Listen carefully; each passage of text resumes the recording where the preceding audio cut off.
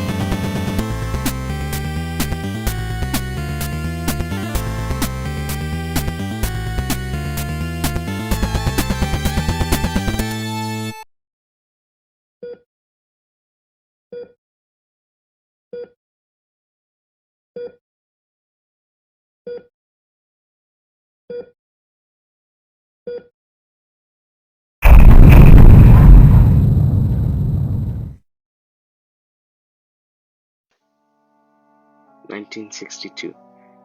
Stan Lee is in his office. The man needs a superhero for an upcoming comic called Amazing Fantasy that Marvel's publishing. But in his mind, nothing's sticking. Then Stan, looking around his room for a fresh idea, looks to his wall and realizes something is sticking.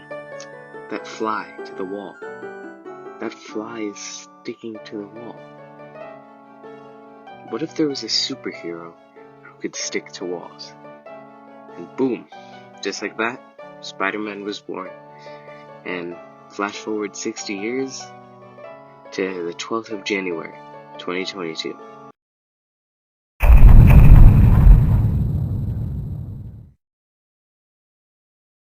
The official Spider-Man account just posted. I wonder what this is. A new Spider-Man run. Starting on the 22nd of April? Count me in. Why does Spider-Man suck now?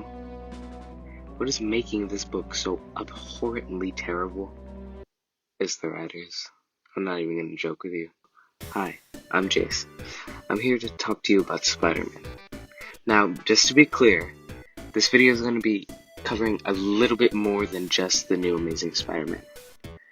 Of course, it'll cover the major story beats of this run, but it won't include other Spider-Man related things. So, strap in.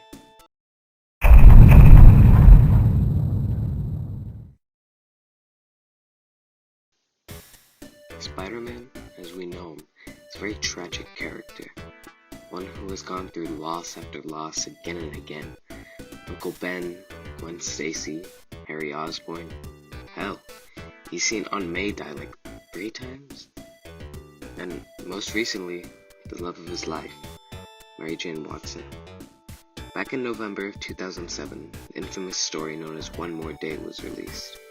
This story served as a way for the Marvel editorial team to get what they, for whatever stupid fucking reason, wanted. A way to erase almost 40 fucking years of history just like that.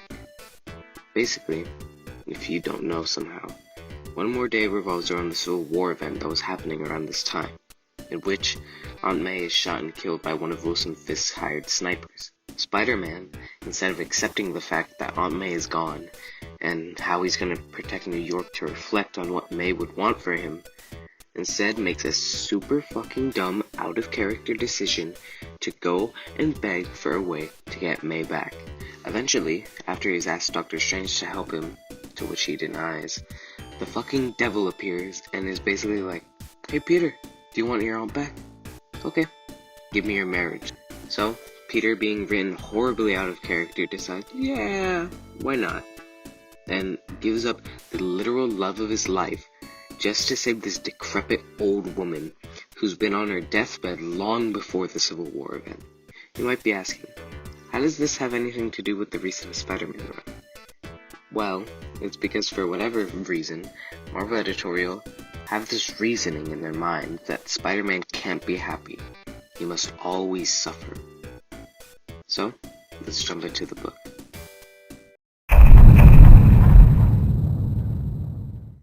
First issue opens with Peter in a barren wasteland, while the text on the side reads, "What did Peter do?" leaving this big lingering question in our mind. It then jumps 6 months later, where we see Aunt May and Peter having a conversation about Peter. May basically saying that she knows something's wrong, and she's gonna be here for Peter whenever he needs her. Peter, after leaving to go home to his apartment, runs into Randy Robertson, and Peter in this book is just kind of a bitch most of the time. I get Peter can be a dick sometimes, but Peter is blatantly blowing off his friend and kind of ignoring him, despite the fact they haven't seen each other in 6 months. After that, some classic Parker Luck stuff happens, but then we see Peter get a call from MJ, and we get more of their poorly written high school drama-esque relationship problems. Readers might be thinking, okay, so Peter and MJ are split? They've been like this before, what's the big deal?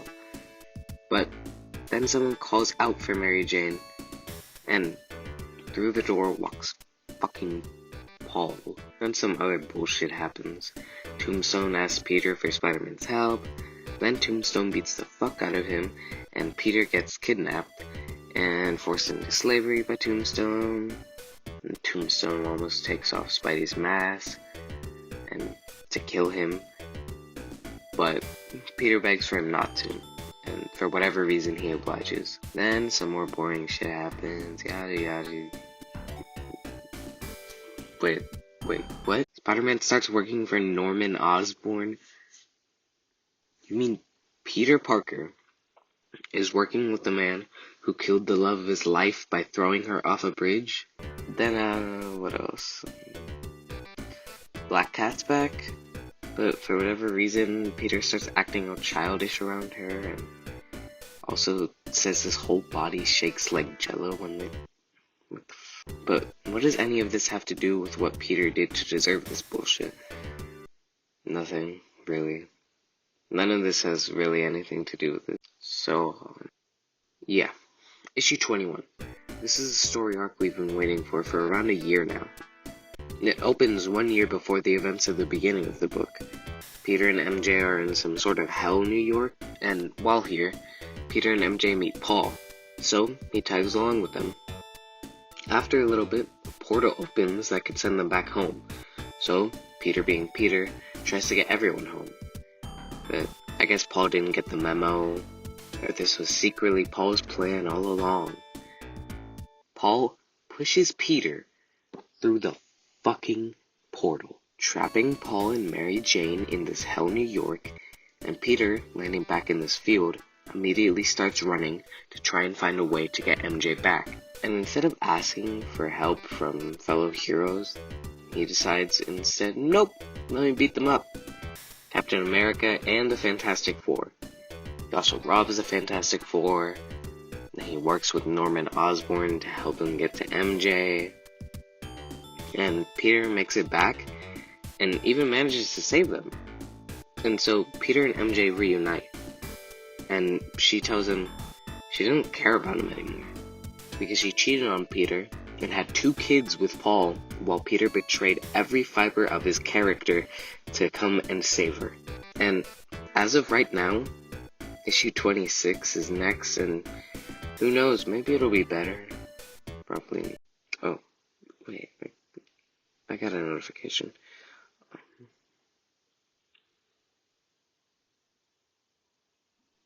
What? Zeb Wells has me on my last fucking straw. He killed Miss Marvel? What the fuck? And they're saying it's permanent? I mean, it probably isn't. Shit like this gets me so mad. Because, one, it's a Spider-Man book. It doesn't have anything to do with Kamala. She's a side character in the book. And two, I mean, look at this fucking cover. Kamala is the only fucking POC on here. Why? Why? Who decided this was okay to do in Spider-Man's book and not have it done in Kamala's solo series? Okay. I've calmed down a little. I also just learned that Mary Jane and Paul's kids die. So, we get 2 points for that one. But, I hope everyone can see how bad this run is. I hope I've brought light to how bad of a job Marvel's editorial does when it comes to Peter Parker's stories recently. And, before I go, I'd like to give Marvel a proposition. Because there are so many Spider people out there, why not just let Peter have his happy life? He could have a family, and have Mayday take over for him. Or hell, let Miles be the only Spider-Man in 616. Peter's given him his blessing in the 1610 and 616 universes. We all love Peter, but he doesn't deserve shit comics. He deserves a break. But thank you for watching this. End card will be a list of better comics you could be reading, instead of this garbage. So, again, thank you for watching.